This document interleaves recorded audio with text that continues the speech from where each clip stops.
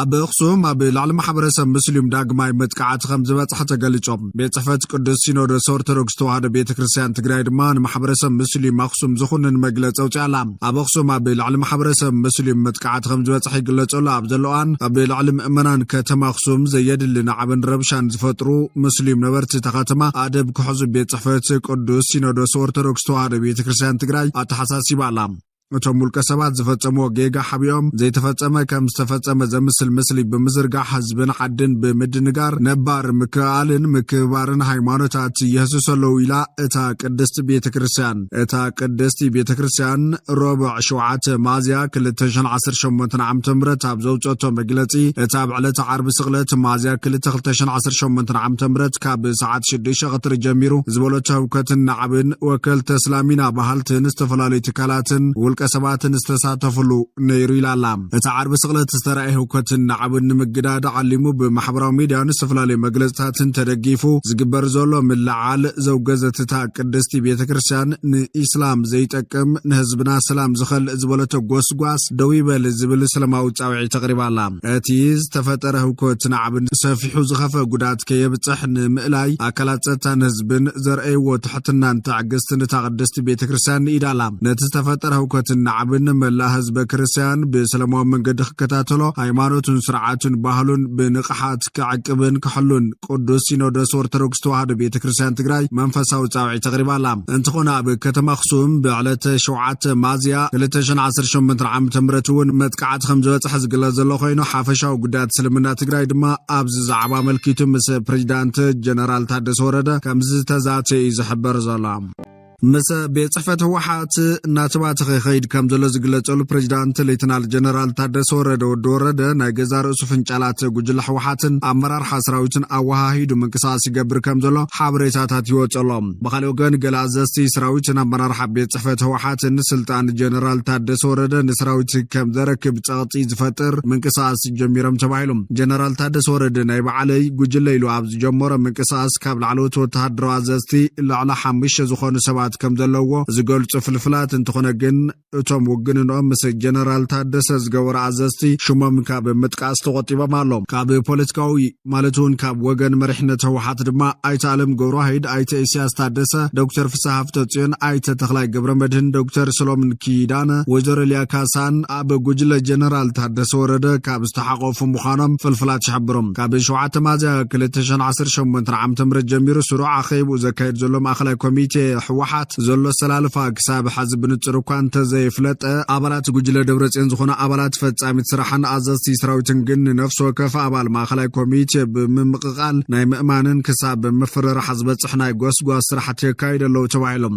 ብኻልእ መዳይ ኣዘዝቲ ሰራዊት ትግራይ ስሩዕ ምርድዳግ ክሳዕ ዝግበር ምምሕዳር ተረኪቦም ጸጥታ ከኽብሩ ምዃኖም እዮም ዝሕንደዩ ዘሎም እዚ ድማ ብኢዶ ዙር ጀነራል ታደሰ ወረደ ካብ መዝነቱ ንምእላይ ምውሳኖም ፍልፍላት ኣመላኺቶም ጀነራል ታደሰ ወረደ ብ6 ሚያዝያ ኣብ ዝሃቦ ጋዜጣዊ መግለጺ መራሕቲ ህወሓት ስልጣን ከይተቐበል ኢሎምዎ ከም ዝነበሩን ከም ዘይተቐበሎን ተዛሪቡ እዩ እቲ ዝተናውሐ ስልጣን ፕሬዚዳንት ብገለ ምኽንያት ክካትዕ ዝቐነየ ኮይኑ ህወሓት ኣብቲ መስርሕ ከም ዘይተሳተፈን ከም ዝተገለለ ከምኡውን መንግስቲ ፌደራል ንብሕቱ ከም ዝወሰነን ብምንቃፍ ነቲ ውሳነ ከም ዘይቕበሎ ምግላጽ ዝከር እዩ ህወሓትን መንግስቲ ፌደራልን ስሩዕ ምርድዳግ ክሳዕ ዝገብሩን ውዕል ፕሪቶርያ ጥሉል ማዕለቢ ክሳብ ዝግበረሉ ሰራዊት ትግራይ ምምሕዳር ተረኪቡ ጸጥታ ትግራይ ከም ዘኽብር ምንጭታት ሓቢሮም ኣሎም ሓበሬታቶም ላዕለዎት ሓለፍቲ እቲ ብመንግስቲ ፌደራል ተረዳድዩ ኣብ ዘይብሉን ውዕል ፕሪቶርያ ብዝጠሓሰን ሽመት ተቐቢሉ ዝመጽእ ጀነራል ታደሰ ወረደ ነቲ ህወሓት ኣይቅበሎን ዝበሎ ግብረ መልሲ ብሚድያ ዝሃቦ መግለጽን ሓይልታት ትግራይ ዘግለለን ረብሓታት ትግራይ ዘይኽብርን ብምዃኑ ክሳዕ ምስ ጀነራል ታደሰን ህወሓትን መንግስቲ ፌደራልን ማዕረብ ዝረክብ ንኹሉ መዳይ ጸጥታን ብሰንኪ ምጉጣት ጸገም ከይፍጠር ብላዕለዋይነት እንዳመርሐ ውሽጣዊ ልዝብ ክግበር ዕድል ከም ዘመቻቹ ሓቢሮም ጀነራል ታደሰ ካብ ውዕል ፕሪቶርያ ወጻኢ 3 ሾመ ከም ዶክተር ሙሉ ነጋን ዶክተር አብርሃምን ብብልጽግና ተላኢኹ ከም ዝተሸመ ዝቁጸር ዝበሉቶም ምንጭታት ዘካይዳ ምኸተ ዝሕምሽሽ ትግራይ ናብ ሓደጋ ዘእቱ ስለዝኾነ ጥቡቅ ክትትል ከም ዝግበረሉን ኣብ መንጎ መንግስቲ ፌደራልን ህወሓትን ኮነ ጀነራል ታደሰ ምርድዳእ እንተዘይተፈጢሩ ነቲ ዳግም ንኽጣየሽ ዝተወሰነ ቤት ምኽሪ ብምርካብ ነባር መንግስቲ መሊሱ ከም ዘረክብ ወስኾም ሓቢሮም ኣሎም ነቲ ይምዕብል ዘሎ ውሽጣዊ ምትፍናን ብልዝብ ክፍታሕ ብህዳት ክሪኤዩ ዝበሉቶም ወገናት እቲ ጎንፂ ናይ ደጋ ሓይልታት ከይጨዊ ወግናም ህፁፅ ምላሽ ክህብ ክብሉ ሓቢሮም ጀነራል ታደሰ ምስ ብጮቱ ምልዛብ ዘዋጾ ዝበሉ ምንጭታት እዚ ምስ ዘይኸውን ግን ክሳዕ ነባር መንግስቲ ዝምልስ ኣብትናቱ ቦታ ናይ መኸተ ሓይልታት ክሕዝዎ ክግበር ክብሉ እዮም ዝሕነዩ በ6 ሚያዝያ መግለፂ ዝሃበ ጀነራል ታደሰ ወረደ ቅድሚ 2 ወርሒ ቢሉን መራሕቲ ህወሓት ምድለዋት ክግበር ክሓትት ከም ፀንሓን ናብ አዲስ አበባ ዝገሸግናን ስልጣን ከይኮነስ ጸብጻብ ንምቕራብ መንባሩ ተዛሪቡ ቀዳማይ ሚኒስትር አብይ ሽዕንሽዑ እቲ ጸብጻብ ኣብ ዝቐረበሉ መዓልታት ስልጣን እቲ ፕሬዝዳንት ከም ዘናውሐ ዝዝከር እዩ